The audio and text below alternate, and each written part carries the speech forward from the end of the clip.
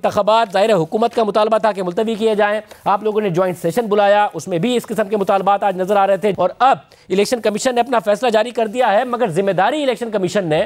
حکومت پر ڈالی ہے۔ وزارت خزانہ فنڈ نہیں دے رہی، وزارت داخلہ سیکیورٹی، وزارت دفاع لا انفورسمنٹ، تو اگر سپریم کورٹ اب کارروائی کرے گی یا توہین عدالت ہوتی ہے تو حکومت کے خلاف ہوگی۔ دیکھیے بات یہ ہے کہ جب یہ ساری مشاورت جو ہے وہ الیکشن کمیشن کر رہا تھا، اینڈ آبویسلی گورنمنٹ نے الیکشن کمیشن کو فیسیلیٹیٹ کرنا ہوتا ہے، سہولت کاری فراہم کرنی ہوتی ہے فری اینڈ فیئر الیکشنز کے انعقاد میں، تو آبویسلی ایک فائنینشیل کرنچ ہے، ایک اکنامک سچویشن ایسی ہے کہ جس میں فنڈز اویلیبل نہیں ہیں، اور یہ کسی نے فورس ہی نہیں کیا تھا کہ پچھلے بجٹ میں پروویژن رکھ لی جاتی ہے ایڈیشنل فنڈز کی کہ الیکشن اسی فائنینشیل ایئر میں ہوں گے، اگلا فائنینشیل ایئر جون کے بعد شروع ہوتا ہے۔ تو دیکھیے آئی ایم ایف کے پاس بھی پچھلی گورنمنٹ گئی تھی جو عمران نیازی صاحب کی حکومت تھی، اور اسمبلیاں بھی انہوں نے توڑی۔ ان کو پتہ ہونا چاہیے تھا کہ جو فائنینشیل کرنچ ہے وہ کس قسم کا چھوڑ کے گئے ہیں، کہ اگر وہ اسمبلیاں توڑیں گے تو الیکشن کا انعقاد کیا ممکن ہوگا نہیں ہوگا، اس کے بہتر جج تو وہ تھے۔ اب آبویسلی فائنانس منسٹری نے جو اویلیبل ریسورسز ہیں، جو اس وقت کی سچویشن ہے، اس کے مطابق ہی الیکشن کمیشن کو مطلع کرنا تھا۔ اور جہاں تک سیکیورٹی سچویشن ہے، دیکھیے پاکستان کے اندر ایک اس وقت ٹیرر تھریٹ موجود ہے۔ کل بھی ایک serving brigadier I S I کے، ان کے ساتھ جوان کچھ شہید ہوئے پاکستان فوج کے۔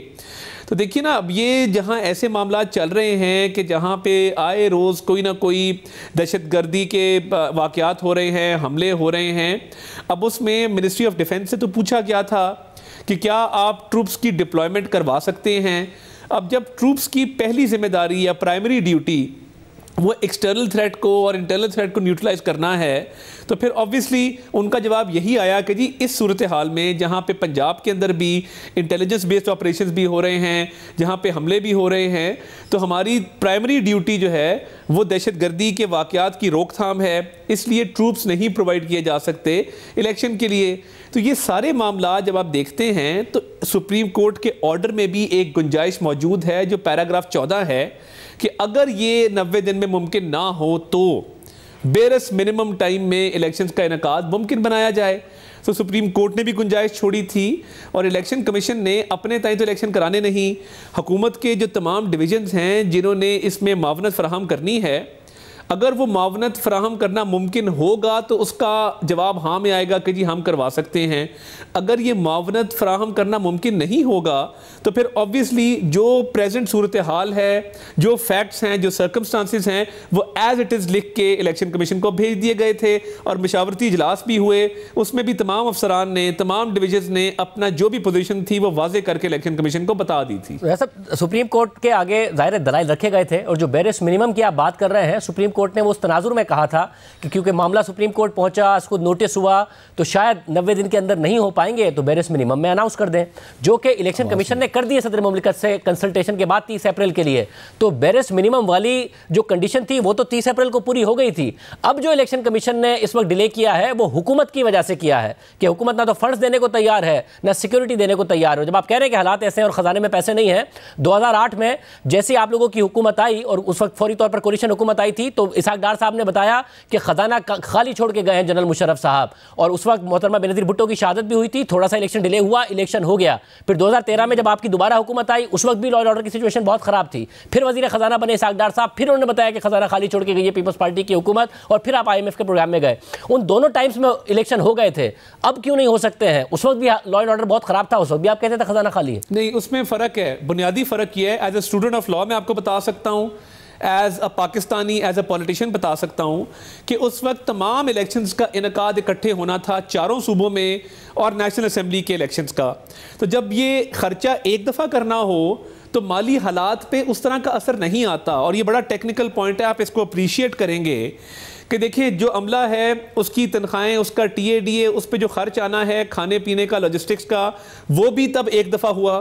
ٹرانسپورٹ کا خرچہ بھی ایک دفعہ ہوا، بیلٹ اور پرنٹنگ مٹیریل، جتنا بیلٹ مٹیریل ہے، بیلٹ پیپر ہے، اس کا خرچہ بھی ایک دفعہ ہوا، سیکیورٹی ڈپلائمنٹ کا خرچہ بھی ایک دفعہ ہوا۔ مگر ایک شخص کی ضد اور انا کی وجہ سے اگر 2 اسمبلیاں پہلے ٹوٹی ہیں تو پھر حکومت پاکستان یہ خرچہ 2 دفعہ کیسے کرے گی اس فائنینشیل کرنچ کے اندر؟ پہلا بنیادی فرق یہ ہے کہ یہ خرچے بار بار ہوں گے، تو اسی لیے جو 8 اکتوبر کی ڈیٹ دی گئی ہے وہ تمام الیکشنز ملک میں ایک دفعہ کروانے کے لیے دی گئی ہے. اور یہ خرچے والی بات تو ہو گئی، اور یہ بالکل واضح بات ہے، بڑی کلیئر ہے کہ خرچہ بار بار نہیں کیا جا سکتا. فائنینشیل کرنچ ہے تو ایک ہی دفعہ خرچہ ہو، اور قومی اور صوبائی الیکشنز ایک ہی دفعہ ہوں. اس سے اگر آپ آگے چلیں تو آرٹیکل 224 بڑا کلیئر ہے. جو کیئر ٹیکر گورنمنٹ کا کانسیپٹ ہے وہ اس لیے دیا گیا تھا پاکستان کے اندر، حالانکہ ہمارے ہمسائے ملک میں نہیں ہے، کہ بالکل فری، فیئر، ٹرانسپیرنٹ، غیر جانبدار، منصفانہ الیکشنز کا انعقاد ہو. اب جب ہماری گورنمنٹ ہوگی اور صوبے میں الیکشن ہوں گے تو ہمارا کچھ انفلوئنس چلے گا. اگر صوبے میں جس کی بھی گورنمنٹ آتی ہے، جب نیشنل اسمبلی کے الیکشن ہوں گے تو پھر ان کا انفلوئنس چلے گا. تو پھر کیئر ٹیکر کا کانسیپٹ جو آرٹیکل 224 واضح کرتا ہے وہ کدھر جائے گا؟ وہ بھی آئین کی شک ہے. پھر سندھ اور بلوچستان کا بہت بڑا اعتراض یہ ہے کہ جب سینسس ہو گیا اور سینسس شروع ہے تو 2 صوبوں میں نئے حلقہ بندیوں پہ الیکشن ہوں گے، 2 میں پرانی کے ہوں گے. اور جن 2 صوبوں میں خیبر پختونخوا اور پنجاب میں پرانی حلقہ بندیوں کے مطابق الیکشن ہوں گے،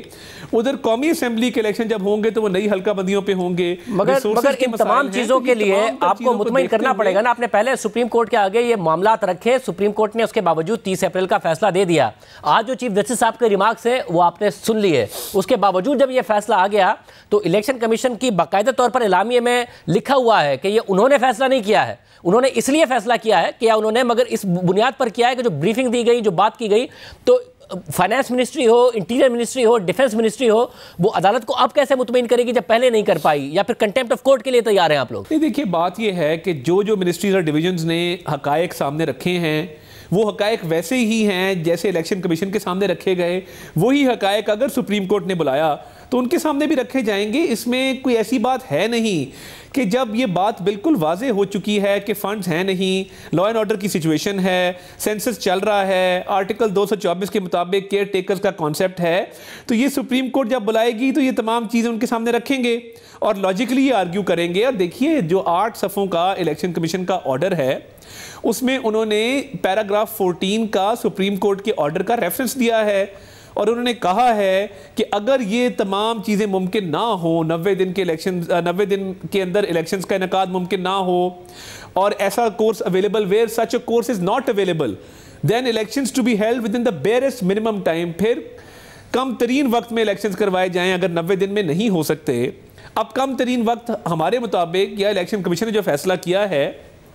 وہ یہی ہے کہ جب ملک میں ایک ہی دفعہ الیکشنز ہوں گے، خرچہ ایک ہی دفعہ ہوگا تمام صوبوں میں اور قومی اسمبلی کے الیکشنز کے حوالے سے، اور یہ نہیں ہوگا کہ ڈبل خرچے ہو رہے ہیں. یہ شاہ خرچی پاکستان افورڈ نہیں کرتا. حلقہ بندیوں کے جو مسائل ہیں وہ بھی حل ہو چکے ہوں گے، اور تب تک ہوپ فلی کیونکہ انٹیلیجنس بیسڈ آپریشنز چل رہے ہیں، law and order based operations چل رہے ہیں، تو اس میں بھی انشاءاللہ بہتری آ چکی ہوگی. مگر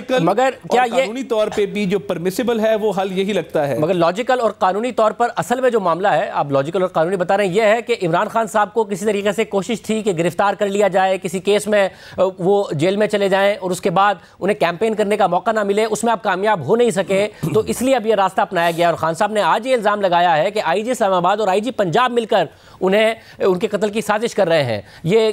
کیا یا تو انہیں جیل میں ڈالنا چاہتے ہیں یا پھر انہیں مارنا چاہتے ہیں، وہ یہ کہہ رہے ہیں. نہیں، دیکھیں بات بڑی سمپل ہے کہ عمران خان صاحب نے کچھ جرائم کیے ہیں، توشہ خانہ کا ایک ریفرنس ہے، توشہ خانہ کا ایک کرمنل ٹرائل ہے، اس کے علاوہ ان پہ مقدمات ہیں، ٹیرین جیڈ وائٹ کا کیس ہے. اب یہ ملک میں نئی روایت ڈل گئی ہے کہ عدالتیں ایک مجرم سے یا ملزم سے پوچھتی ہیں کہ آپ کس دن بیل کروانے آنا چاہتے ہیں. ایک ملزم سے یہ پوچھتی ہیں کہ آپ کو کب سہولت رہے گی. ایک ملزم سے یہ پوچھتی ہیں کہ فرد جرم عائد ہونی چاہیے کہ نہیں ہونی چاہیے. پاکستان کا کوئی بھی شہری ہو، فرد جرم جس دن عدالت نے کرنی ہو عائد، وہ عائد ہو کے رہتی ہے. یہ واحد شخص ہے جس نے 2 مہینے سے اپنے اوپر فرد جرم عائد نہیں ہونے دی کیونکہ اس کے ہاتھ کرپشن میں رنگے ہوئے ہیں. یہ توشہ خانہ کا جواب نہیں دینا چاہتے، یہ ٹیکنیکلٹیز پہ کھیلنا چاہتے ہیں، اسی لیے عدالتوں پہ بھی حملہ آور ہوتے ہیں، لا انفورسمنٹ ایجنسیز بھی حملہ آور ہوتے ہیں. اس چیز کا تعلق کسی کیمپین سے نہیں ہے. آپ کے خلاف کیسز رجسٹرڈ ہیں پچھلے 2 سال سے،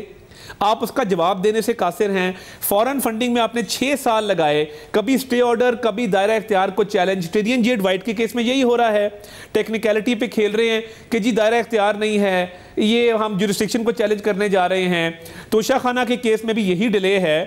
ایک شخص ڈیفائنٹ ہے، وہ اپنے خلاف کیسز کو مانتا نہیں ہے، عدالتوں کو ڈکٹیشن دیتا ہے، اس کی ڈکٹیشن مانی جاتی ہے، لوگ کہتے ہیں کہ اس کی سہولت کاری کی جاتی ہے، اس کے سہولت کار موجود ہیں، تو پھر کرمنل لا ختم کر دے اس ملک میں۔